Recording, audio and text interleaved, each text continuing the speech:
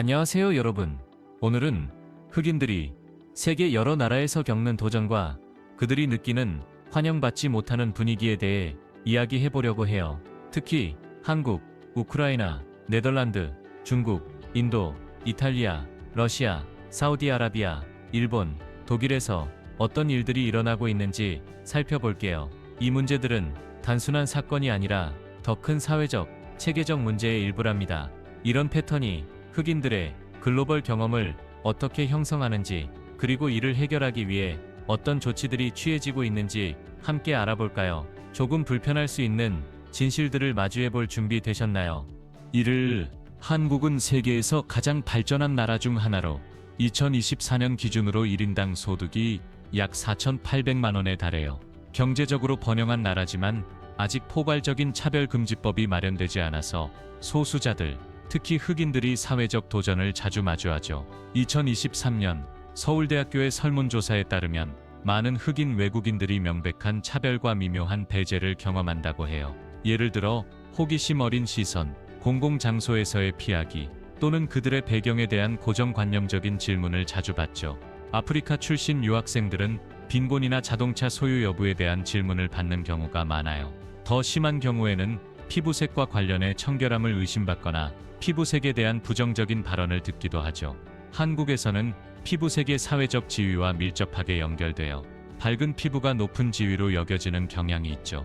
2021년 외국인 거주자 설문조사에서는 어두운 피부톤을 가진 사람들이 밝은 피부톤의 사람들보다 사회적, 직업적으로 통합되는 데 더 많은 어려움을 겪는다고 밝혔어요. 이런 차이는 교육, 고용, 일상적 상호작용에서도 나타나요. 한국 미디어도 대중의 인식에 영향을 미쳐요. 많은 한국인들은 미국 미디어에서 흑인들이 경제적 어려움이나 사회적 문제와 연관된 모습으로 그려지는 것을 보고 흑인에 대한 인식을 형성한다고 해요. 젊은 세대는 글로벌 문화에 점점 더 많이 노출되고 있지만 특히 나이든 세대 사이에서는 오랜 고정관념이 여전히 남아있죠. 한국은 역사적 랜드마크부터 활기찬 도시까지 멋진 문화적 경험을 제공해요. 하지만 흑인 여행자나 외국인 거주자들은 사회적 환경을 탐색하는 데 어려움을 겪을 때가 많아요. 어떤 상호작용은 단순한 호기심에서 비롯될 수 있지만 고정관념이나 배제로 이어지는 경우도 있죠. 이런 점을 인정하면 중요한 질문이 떠오릅니다. 한국 문화의 매력을 경험하는 보상이 이런 편견을 헤쳐나가는 도전을 상쇄할 수 있을까요? 젊은 한국인들은 음악, 패션, 미디어의 글로벌 트렌드에 영향을 받아 다양성의 더 개방적인 모습을 보이고 있어요. 하지만 사회적 진보는 단순한 노출 이상의 것을 요구해요. 체계적인 변화가 필요하죠. 흑인 여행자와 외국인 거주자들에게는 인식이 중요해요. 잠재적인 도전을 이해하면 한국의 풍부한 문화를 경험하는 데 더 현명한 결정을 내릴 수 있답니다. 이제 한국의 활기찬 도시에서 전쟁과 사회적 도전에 직면한 우크라이나로 시선을 돌려볼까요? 계속 지켜봐 주세요. 2. 우크라이나는 최근 몇 년간 약 7만 6천 명의 국제 학생을 받아들였으며 이 중 약 4분의 1이 아프리카 출신이에요. 하지만 이 나라에서는 오랫동안 체계적인 인종차별과 불평등한 대우에 대한 보고가 이어져 왔어요. 글로벌 관용 지수에 따르면 우크라이나는 유럽에서 인종 관용이 가장 낮은 나라 중 하나로 사회적 도전이 뚜렷하게 드러나죠. 이 문제는 러시아와의 전쟁이 심화되면서 더 두드러졌어요. 2022년 전쟁이 격화되자 많은 아프리카 학생들이 버스와 기차에 탑승하지 못하고 백인 우크라이나인들에게 우선권이 주어졌다고 보고했어요. 이런 사건들은 국제적인 분노를 불러일으켰고 대피 노력에 영향을 미친 인종적 위계 질서를 조명했죠. 우크라이나를 떠나려 했던 아프리카 사람들의 이야기는 정말 마음 아파요.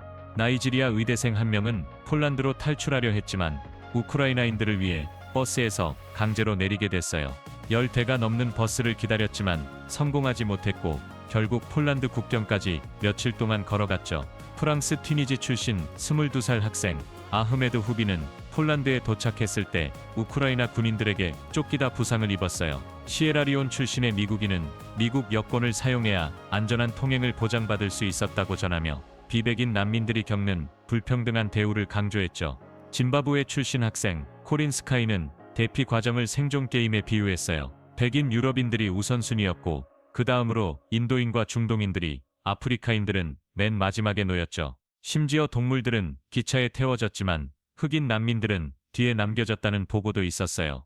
유엔은 이런 관행을 비판하며 인도주의 위기에서 모든 개인이 평등하게 대우받아야 한다는 국제법을 강조했어요. 유럽 평의회의 반인종차별위원회도 로마 우크라이나인과 아프리카 출신자들이 백인들에 비해 더 열악한 조건과 적은 기회를 마주한다고 지적했죠. 이제 자유로운 가치와 아름다운 풍경으로 유명한 네덜란드가 우크라이나와 비슷한 인종 불평등의 역사와 현재를 어떻게 다루는지 살펴볼까요? 계속해서 이어질 이야기 전에 여러분께 10초만 부탁드릴게요. 이 콘텐츠가 도움이 됐다면 알림벨을 누르고 구독 버튼을 눌러주세요. 정말 큰 힘이 되어 구독해주시면 저희 팀이 더 좋은 콘텐츠로 보답할게요. 약속이에요. 3. 네덜란드. 네덜란드는 그림 같은 운하, 튤립밭, 자유로운 가치로 유명하지만 그 이면에는 다른 모습이 있어요. 네덜란드는 대서양 노예무역에 관여하며 오늘날까지 이어지는 인종 불평등의 기초를 닦았어요. 이런 역사는 사회적 태도에 영향을 미쳐 특히 모로코, 소말리아, 수단 출신 아프리카 이민자들에게 영향을 줬죠. 20세기에는 체계적인 장벽이 그들의 후손들에게 교육과 고용 기회를 제한했어요. 가장 논란이 되는 상징 중 하나는 네덜란드 크리스마스 전통의 캐릭터 즈와르테 피트, 즉 블랙 피트예요. 검은 얼굴 분장, 과장된 빨간 입술, 곱슬머리로 묘사되는 이 캐릭터는 인종적 고정관념을 영속화한다는 비판을 받아왔어요. 일부는 이를 문화유산으로 옹호하지만 다른 이들은 흑인 커뮤니티에 대한 차별의 상징으로 보죠. 네덜란드 노동시장도 체계적인 편견을 반영해요. 2016년부터 2018년까지의 연구에 따르면 아프리카 출신을 포함한 비서구 이민자 배경의 사람들은 네덜란드 출신에 비해 면접 초대를 받을 확률이 40% 낮았어요. 이력서를 개선해도 기회가 크게 늘지 않아 깊이 뿌리박힌 불평등이 드러났죠. 2022년 12월 네덜란드 외교부 내 광범위한 제도적 인종차별이 조사로 밝혀졌어요. 직원들은 민족과 종교에 따른 차별을 보고했고 이는 더 광범위한 제도적 문제를 보여줬죠. 심지어 법 집행도 논란의 대상이에요. 네덜란드 경찰은 아프리카 출신 사람들을 불균형적으로 표적 삼는 인종 프로파일링 혐의를 받아왔어요. 이런 관행은 흑인 커뮤니티 내 괴롭힘과 수감 비율을 높이고 법 집행에 대한 신뢰를 떨어뜨리며 피해자들이 도움을 요청하는 것을 꺼리게 만들죠.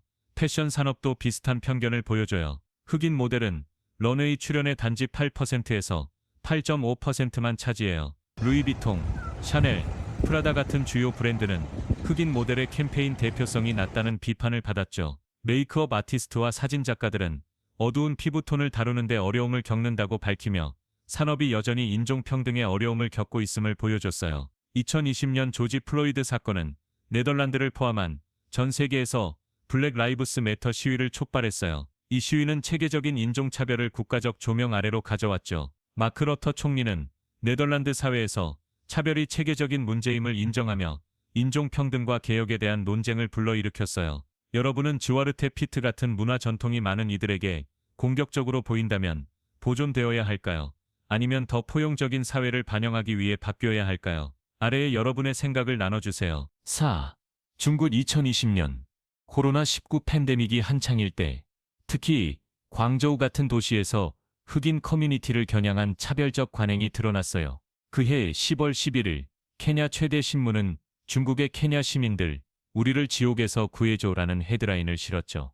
온라인에 퍼진 영상에는 흑인들이 집에서 쫓겨나 비 오는 거리에서 잠을 자거나 격리 규정을 지키고 임대료를 전액 지불했음에도 호텔 입장이 거부되는 모습이 담겼어요. 광저우는 큰 아프리카 커뮤니티가 있는 곳인데 나이지리아 상인과 중국 상인 간의 빈번한 분쟁으로 긴장이 고조됐어요. 나이지리아 커뮤니티는 자체 보안팀을 구성해 이런 문제를 해결하려 했지만 지역 당국은 중국 상인의 잘못이 명백한 경우에도 일관되게 중국인을 편들었죠. 이런 체계적인 편견은 많은 아프리카 거주자들이 소외되고 보호받지 못한다고 느끼게 했어요. 중국 사회는 인구의 90% 이상이 한족으로 인종적 다양성에 대한 노출이 제한적이에요. 이는 흑인에 대한 사회적 태도에 영향을 미쳐 미세 공격이나 명백한 차별로 나타나죠. 예를 들어 흑인 남성과 중국 여성 간의 혼혈 관계를 조롱하는 댓글이 온라인에서 자주 보이고 이런 관계에 있는 여성들은 괴롭힘을 당하기도 해요. 2024년 보고서에 따르면 중국 내 아프리카 외국인의 약 50%가 차별을 경험했다고 해요. 업소 입장 거부나 공공 서비스에서 불평등한 대우를 받는 경우가 많죠. 코로나19 팬데믹은 이런 도전을 더 부각시켰어요. 흑인들은 지역 주민들보다 더 엄격한 건강 조치를 받았고, 이는 인종과 바이러스 전파를 근거 없이 연관짓는 태도 때문이었죠. 아프리카 정부를 포함한 국제사회는 이런 사건에 우려를 표했지만 긴장은 여전히 남아 있어요. 많은 아프리카 출신 사람들은 중국에서의 삶이 지속 가능한지 의문을 품고 있죠. 5. 인도에서 색채주의는 단순한 사회적 선호가 아니라 구조적인 문제로 광범위한 영향을 미쳐요. 2023년 인디아 투데이의 설문조사에 따르면 흑인 외국인의 62%가 인도에서 차별을 경험했다고 보고했어요. 이런 경험은 외국인뿐 아니라 특히 시골 지역의 어두운 피부톤을 가진 인도 시민들에게도 사회적 압력과 편견으로 나타나죠. 역사적으로 인도는 인종 편견이 만연한 국가 중 하나로 평가받아 왔어요. 2013년 워싱턴 포스트와 2016년 비즈니스 테크의 설문조사에 따르면 43%의 인도인이 다른 인종의 이웃을 불편해하고 64%가 직접적인 차별을 목격하거나 경험했다고 밝혔어요. 인도에서 흑인들이 겪는 도전은 최근 몇 년간 여러 폭력 사건으로 강조됐어요. 2017년 아프리카 학생들이 근거 없는 비난을 받고 쇼핑몰 같은 공공장소에서 폭도에게 공격당했어요. 2016년 델리에서는 콩고 출신 마손다 키타다 올리비에가 오토릭샤 분쟁으로 인해 사건을 겪었죠. 이 사건은 아프리카 외교 사절단의 항의를 불러일으켰고 인도 내 아프리카 시민의 취약성을 보여줬어요. 체계적인 차별은 인도 내 아프리카 거주자들의 삶을 더 복잡하게 만들어요. 많은 아프리카 학생들은 터무니없는 임대료나 집주인의 거절로 주거를 찾는 데 어려움을 겪죠. 고용 기회도 제한적이고 편견으로 인해 낮은 임금과 제한된 직업 옵션을 마주해요. 아프리카인들을 마약상이나 범죄자로 묘사하는 해로운 고정관념은 사회적 배척과 당국의 부당한 대우로 이어지죠. 인도 정부는 이런 문제를 인정하고 상황을 개선하기 위한 조치를 취했어요. 주요 사건 이후 인도 당국은 아프리카 외교 사절단과 협력해 자국민의 안전을 보장하겠다고 했죠. 아프리카 커뮤니티를 위한 특별 헬프라인과 지역사회 치안 강화 같은 조치가 도입됐지만 이런 조치의 효과는 여전히 검토 중이에요. 많은 아프리카 출신들은 여전히 안전하지 않다고 느끼죠. 인도가 깊이 뿌리박힌 색채주의와 체계적 편견에 씨름하는 동안 이탈리아는 축구장에서 그리고 그 너머에서 인종적 긴장이 어떻게 들어지는지를 보여줘요. 이 두 나라의 인종 평등 투쟁은 어떻게 비교될까요? 계속 지켜봐 주세요. 6. 이탈리아는 예술, 요리, 역사적 보물로 유명하지만 인종 평등을 둘러싼 지속적인 투쟁도 보여줘요. 이탈리아 문화의 중심인 축구는 인종적 긴장의 무대이기도 했죠. 가나 독일 출신 선수 케빈 프린스 보아탱은 경기 중 인종차별적 조롱을 당하며 이런 어려움을 직접 겪었어요. 2014년부터 2015년 이탈리아 리그 시즌 동안 인종차별 사건이 14수로 기록됐는데 이는 이전 시즌에 비해 50% 감소한 수치지만 차별적 구호나 경기장 내 모욕 같은 행위는 여전히 문제로 남아있죠. 한 유명한 사건에서는 교체로 들어온 흑인 선수가 관중석에서 야유와 조롱을 받았어요. 이런 행동을 하는 팬을 둔 프로클럽은 경기장 폐쇄나 최소 760만 원의 벌금 같은 처벌을 받죠. 반복적인 위반은 점수 감점이나 리그 순위 손실 같은 더 심각한 결과로 이어질 수 있어요. 심지어 저명한 인사도 논란을 일으켰어요. 2015년 1월 전 이탈리아 국가대표팀 감독 아리고 사키는 유소년 토너먼트에 흑인 선수가 너무 많다고 발언해 비판을 받았죠. 이는 이탈리아 축구 문화 일부에 여전히 문제적인 시각이 존재함을 보여줬어요. 이탈리아의 인종차별은 축구장을 넘어 확장되어 유럽연합 기본권 기관의 2023년 설문조사에 따르면 흑인 응답자의 60%가 일상생활에서 인종차별을 경험했다고 보고했어요. 주거, 교육, 고용 접근에서의 장벽, 특히 외국인 혐오가 뿌리 깊은 지역에서 이런 경험이 두드러지죠. 로마, 베니스, 피렌체 같은 대도시는 비교적 포용적이지만 남부 지역은 인종적 긴장이 더 높은 수준으로 보고돼요. 특히 아프리카 이민자들은 체계적인 도전에 직면하며 해로운 고정관념을 강화하고 커뮤니티를 더 소외시키죠. 인종적 동기의 사건 증가도 이런 문제를 부각시켰어요. 2018년 마체라타에서 아프리카 이민자를 겨냥한 총격 사건이 나라를 충격에 빠뜨렸죠. 베니스에서 가나인 남성에 대한 공격도 특정 지역에서 흑인들이 마주하는 위험을 보여줬어요. 일부 가해자들은 정치적 수사를 행동의 정당화로 인용하며 분열적인 언어가 인종적 긴장을 악화시킬 수 있다는 우려를 낳았죠. 이탈리아의 취업이 개인 네트워크에 크게 의존하는 구조는 이런 불평등을 악화시켜요. 특히 이민자인 흑인들은 이런 사회적 연결에 접근이 제한돼 안정적인 고용을 얻기 어렵죠. 이는 정부의 노력에도 불구하고 지속되는 더 큰 체계적 불평등을 반영해요. 7. 러시아 인권단체 아오바 센터의 2023년 보고서에 따르면 러시아 전역에서 인종차별 사건이 60건 이상 발생했으며 흑인들이 불균형적으로 영향을 받았어요. 많은 러시아 시민들이 친절하고 환영적이지만 흑인 외국인들이 가끔 안전하지 않다고 느낄 수 있는 체계적인 도전이 존재하죠. 2006년 세네갈 학생 남사르 삼바세리 상트페테르부르크에서 사건으로 목숨을 잃었어요. 이 사건은 당시 흑인과 다른 소수 집단의 안전에 대한 우려를 불러일으켰죠. 최근 몇 년간 폭력적인 인종차별 사건은 약간 줄었지만 러시아는 여전히 비슬라브 출신을 겨냥하는 극단적 견해를 가진 집단과 씨름하고 있어요. 러시아의 흑인 커뮤니티는 약 7만 명으로 총 인구 1억 4천만 명에 비해 매우 적어요. 이런 소수 지위는 고립감을 느끼게 하고 흑인들이 차별적 행동에 더 취약하게 만들 수 있죠. 2018년 피파 월드컵 같은 글로벌 행사에서도 많은 흑인 외국인들이 인종차별과 관련된 부정적인 경험에 대한 우려를 표했어요. 아프리카 출신 러시아 저널리스트 옐레나 칸가는 텔레비전 호스트로 활동하며 인종차별 경험을 공유했어요. 가까운 사람들로부터 받은 상처로운 발언도 포함되죠. 한 번은 그녀의 백인 남자친구가 부적절한 발언을 했고 이는 러시아 아프리카 출신들이 매일 마주하는 도전을 상기시켰어요. 칸가는 러시아 사회에서 인종차별 문제가 종종 간과되거나 축소된다고 강조했죠. 베스트 컨트리스 리포트는 인종 관용을 포함한 여러 요소로 국가를 평가하는데 러시아는 인종 평등에서 상대적으로 낮은 순위를 기록했어요. 전 세계 17,000명 이상의 설문조사는 러시아의 인종 불평등과 외국인 혐오에 대한 지속적인 도전을 강조했죠. 여러분은 러시아의 상대적으로 작은 흑인 커뮤니티가 그들이 겪는 도전에 기여한다고 생각하나요? 아니면 더 큰 사회적 태도와 체계적 문제가 더 큰 원인일까요? 댓글로 여러분의 생각을 나눠주시고 더 흥미로운 콘텐츠를 위해 구독과 채널 팔로우 잊지 마세요. 8. 사우디아라비아는 막대한 엄격한 전통, 종교적 중요성으로 유명하며 아프리카 국가 출신을 포함한 수백만 외국인 노동자를 고용하고 있어요.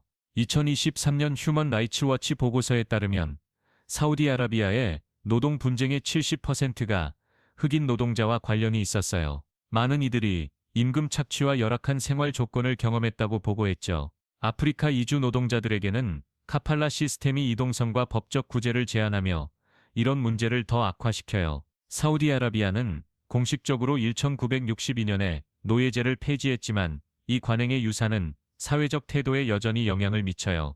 왕국 일부에서는 흑인을 지칭하는 데 아비드라는 용어가 사용되며 이는 현대화 노력에도 불구하고 지속되는 깊이 뿌리박힌 인종적 편견을 보여줬어요. 전 노예의 후손인 아프로 사우디인들은 고용, 교육, 미디어 대표성에서 체계적인 도전에 직면해요. 공공생활에서 과소대표되며 사회적 발전 기회가 제한되죠. 이는 사우디 내 아프리카 출신 사람들을 계속해서 불리하게 만드는 더 큰 사회적 편견을 반영해요. 메카와 메디나의 성지는 모든 인종의 순례자를 환영하지만 다른 지역에서는 흑인 여행자들에게 문화적 장벽이 있을 수 있어요. 사우디아라비아의 엄격한 법과 보수적 규범은 나라의 관습에 익숙하지 않은 이들에게 도전을 줄 수 있죠. 관광객에게는 미묘한 문화적 편견부터 더 명백한 편견 사례까지 여행을 불편하게 만들 수 있는 장벽이 존재해요. 사우디아라비아와 더 넓은 아랍 세계의 미디어는 흑인에 대한 부정적인 고정관념을 영속화한다는 비판을 받아왔어요. 영화와 텔레비전 프로그램은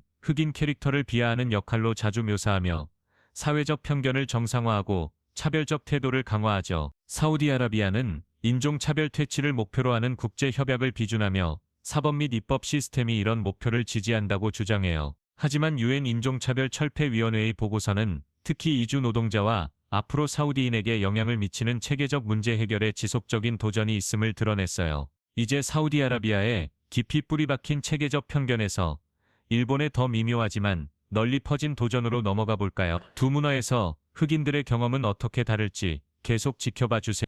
9. 일본은 예의 바르고 안전한 나라로 유명하지만 흑인 외국인들에게는 미묘한 도전을 제시해요.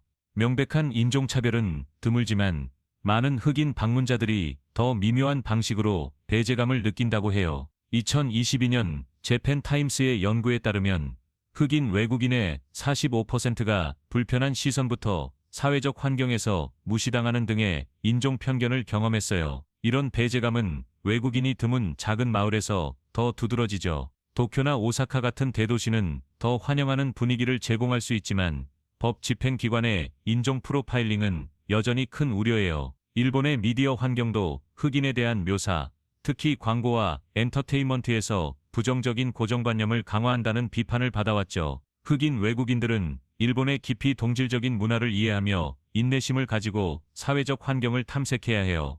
또한 주거와 고용에서도 차별이 존재해요. 2017년 법무부 설문조사에 따르면 흑인을 포함한 외국인 거주자의 거의 40%가 배경 때문에 주거를 거부당했어요. 비일본인 거주자의 약 4분의 1은 국적만으로 일자리 거절을 당했죠. 많은 흑인 거주자와 외국인들은 인종 때문에 주거나 일자리 같은 서비스를 거부당하거나 더 엄격한 심사를 받는다고 보고했어요. 일부 지방 정부는 혐오 발언 억제를 위한 조례를 통과시켰지만 일본은 인종차별을 명시적으로 다루는 전국적 법적 프레임워크가 여전히 부족해요. 이런 부재는 편견이 책임없이 지속되게 하고 피해자들이 구제받을 수 있는 경로를 제한하죠. 변화에 대한 요구가 커지고 있지만 정부는 인종차별이 큰 문제가 아니라는 입장을 유지하며 의미 있는 진전을 방해하고 있어요. 독일은 풍부한 역사, 문화적 영향력, 경제력으로 유명하지만 인종차별을 해결하고 포용성을 보장하는 지속적인 도전에 직면해 있어요. 2023년 유럽연합 기본권 기관의 설문조사에 따르면 독일 내 흑인 응답자의 76%가 지난 5년 동안 피부색, 출신 또는 종교에 따른 차별을 경험했다고 보고했어요. 이는 조사된 13개 유럽 국가 중 가장 높은 비율이죠. 또한 54%는 같은 기간 동안 인종적 괴롭힘을 겪었으며 이런 문제의 만연함을 강조했어요. 이 수치는 2022년 독일 통합 및 이주 연구센터의 보고서와 일치해요. 이 보고서에 따르면 독일 내 흑인의 절반 이상이 적어도 한 번은 인종차별을 경험했죠. 별도의 설문조사에서는 독일인의 65%가 국가 당국이 차별적 관행에 관여한다고 믿고 있으며 공공기관 내 체계적 인종차별에 대한 우려를 제기했어요. 흑인들이 독일에서 마주하는 체계적 도전은 주거, 고용, 법 집행과의 상호작용에서 나타나요. 2020년 아프로 센서스에서는 6,000명 이상의 아프로 독일인이 참여했으며 응답자의 91%가 삶에서 바흑인 차별을 경험했다고 밝혔어요. 이런 도전에 대응해 독일은 인종차별과 차별 퇴치를 위한 국가 행동 계획을 시행했어요. 이 계획은 인종차별철폐위원회로부터 찬사를 받았지만 특히 경찰 책임과 같은 문제에 대한 효과에 대한 우려가 지속되어 학자이자 활동가인 나타샤 A. 켈리는 독일 흑인 커뮤니티의 투쟁과 기여를 조명하는 데 앞장서 왔어요. 그녀의 다큐멘터리 밀리의 각성과 다른 작품을 통해 흑인들이 체계적 장벽에 계속 직면하는 사회에서 가시성과 권한 부여의 중요성을 강조했죠. 독일은 종종 문화, 역사, 진보의 상징으로 여겨지지만 6년 전 33%에서 2023년 64%로 보고된 차별의 급증은 이 나라가 이런 깊이 뿌리박힌 문제를 해결할 수 있는지에 대한 질문을 던져요. 오늘 영상 재미있으셨나요? 좋아요를 눌러주시고 채널 구독도 잊지 말아주세요. 여러분의 지원이 저희에게 큰 힘이 돼요. 지금 화면에 나타나는 영상을 클릭해보세요. 분명 좋아하실 거예요. 다음에 어떤 나라를 다뤄보고 싶은지 댓글로 알려주세요. 시청해주셔서 정말 감사하고 다음 영상에서 만나요.